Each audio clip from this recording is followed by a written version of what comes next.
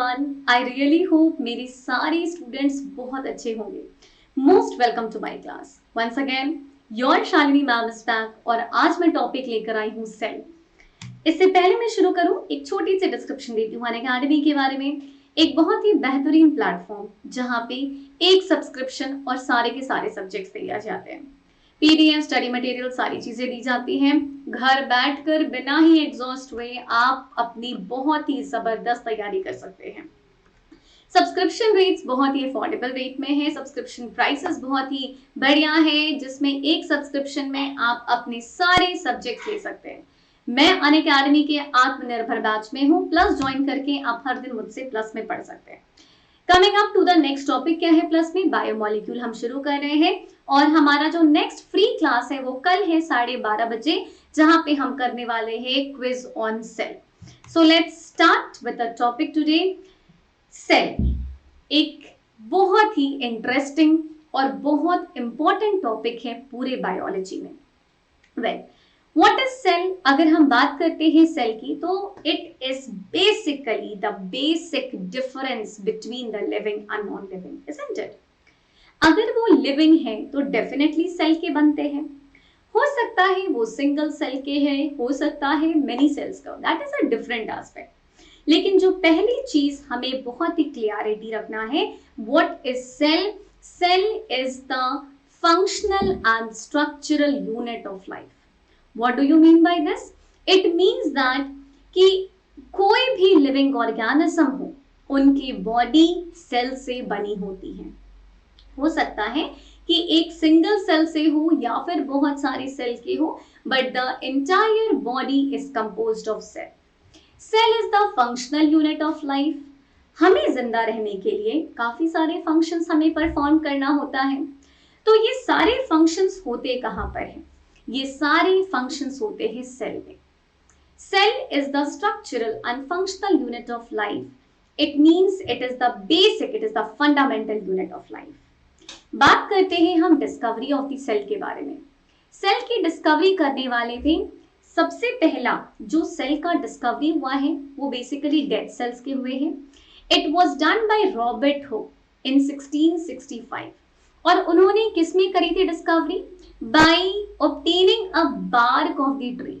जब उन्होंने माइक्रोस्कोप के अंदर देखा तो उन्होंने देखा छोटे छोटे compartments type it is composed of, and that compartments is known as cell, जिसे आज हम पढ़ते हैं। आइए, now will be talking about the cell theory.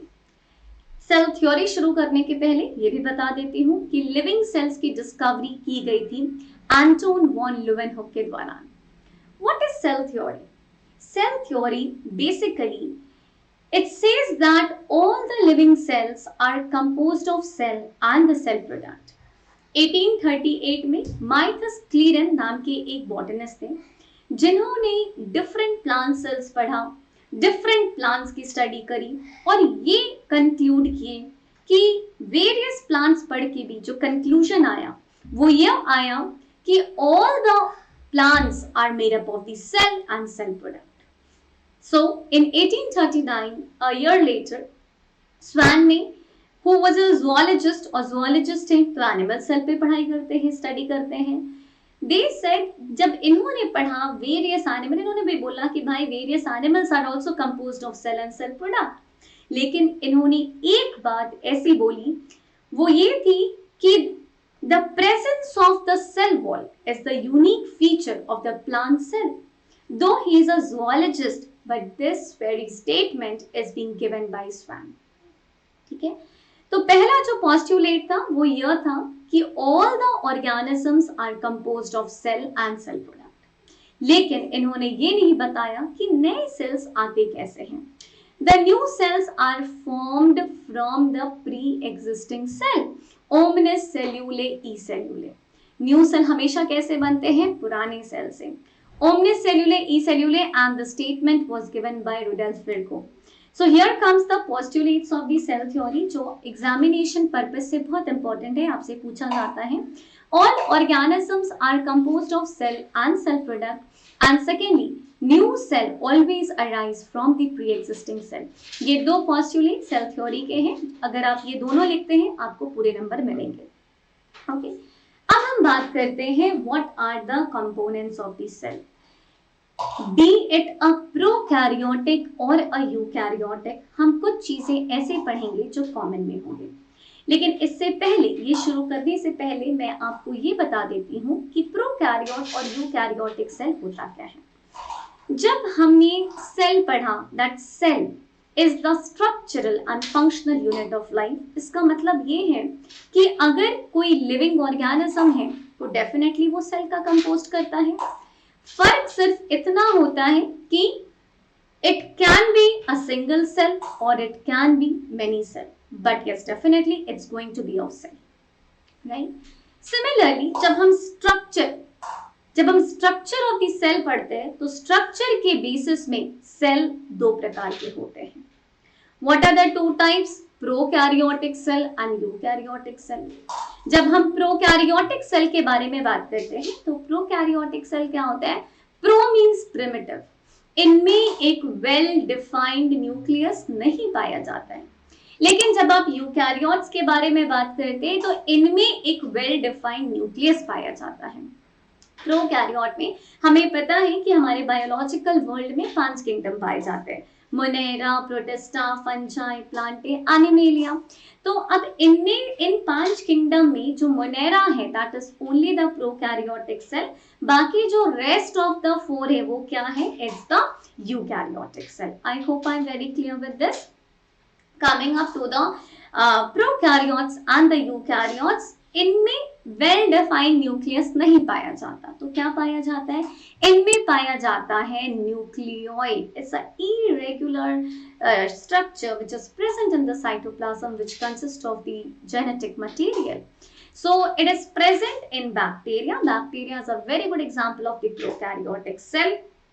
लेकिन जब हम यूकैरियोटिक सेल की बात करते हैं, जिसके डायग्राम ये बहुत ही खूबसूरत सा यहाँ पर फर्स्ट पेज में ही लगा रखा है, यहाँ वेल डिफाइंड न्यूक्लियस है with the proper membrane bounded cell organelle. Prokaryotes में हमें मेम्ब्रेन बाउंडेड सेल ऑर्गेनेल्स भी नहीं देखने को मिलते हैं, यूकैरियोट्स में हमें मेम्ब्रेन बाउंडेड सेल ऑर्गेनेल्स देखने को मिलते हैं। ठीक है, अब सेल ऑर्गेनेल क्या होता है? ये सेल के स्पेसिफिक कंपोनेंट हैं जो स्पेसिफिक फंक्शन को परफॉर्म करते हैं, और ये सारे सेल ऑर्गेनेल के फंक्शंस को हम इकट्ठे बोलते हैं। जब ये परफॉर्म करते हैं वे group together and we say that the cell is functioning.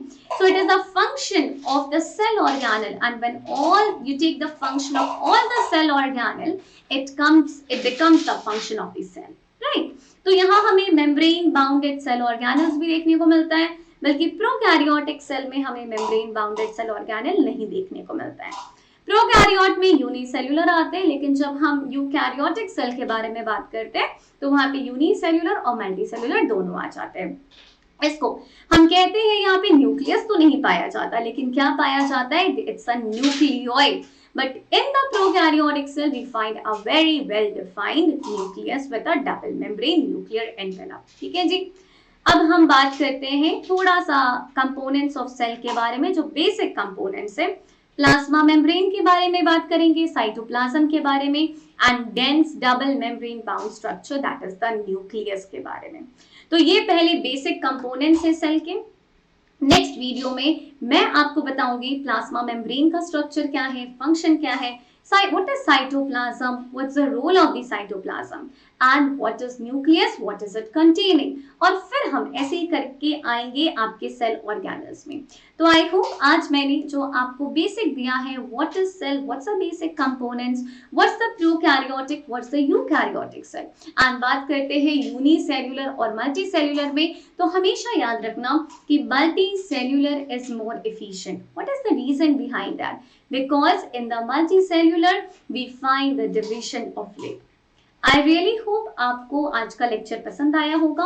आगे की वीडियोस में हम बेसिक कंपोनेंट्स के साथ में आएंगे, एंड चैनल को सब्सक्राइब करना ना भूलें जिससे आपको नोटिफिकेशंस आते रहें, एंड वीडियो को लाइक जरूर करें। Hope you like it. Thank you.